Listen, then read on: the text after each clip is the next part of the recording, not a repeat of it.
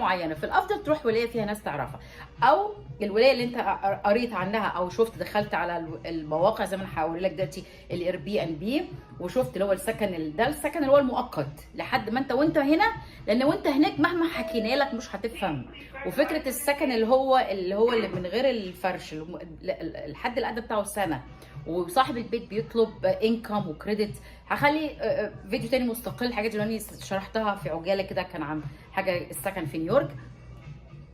فانت لو لسه ورقك ما جاش او لسه دي مش مظبطه معاك او الكلام ده كله، فهتدخل طبعا على ايه اللي هو الاير بي ان بي، هتبقى قاعد مستريح بتطبخ على الاقل احسن من اوتيل، وتجتهد بقى في انك تتواصل مع حد عقارات، تشوف الاعلانات، تشوف ناس، هتلاقي ناس في المسجد، ناس في الكنيسه، اذا كان في جمعيه مثلا بتقدم خدمات، حسب كل ده طبعا، حسب امريكا دي دوله كبيره جدا، قاره يعني كبيره، 330 مليون نسمه، يعني اضرب مصر في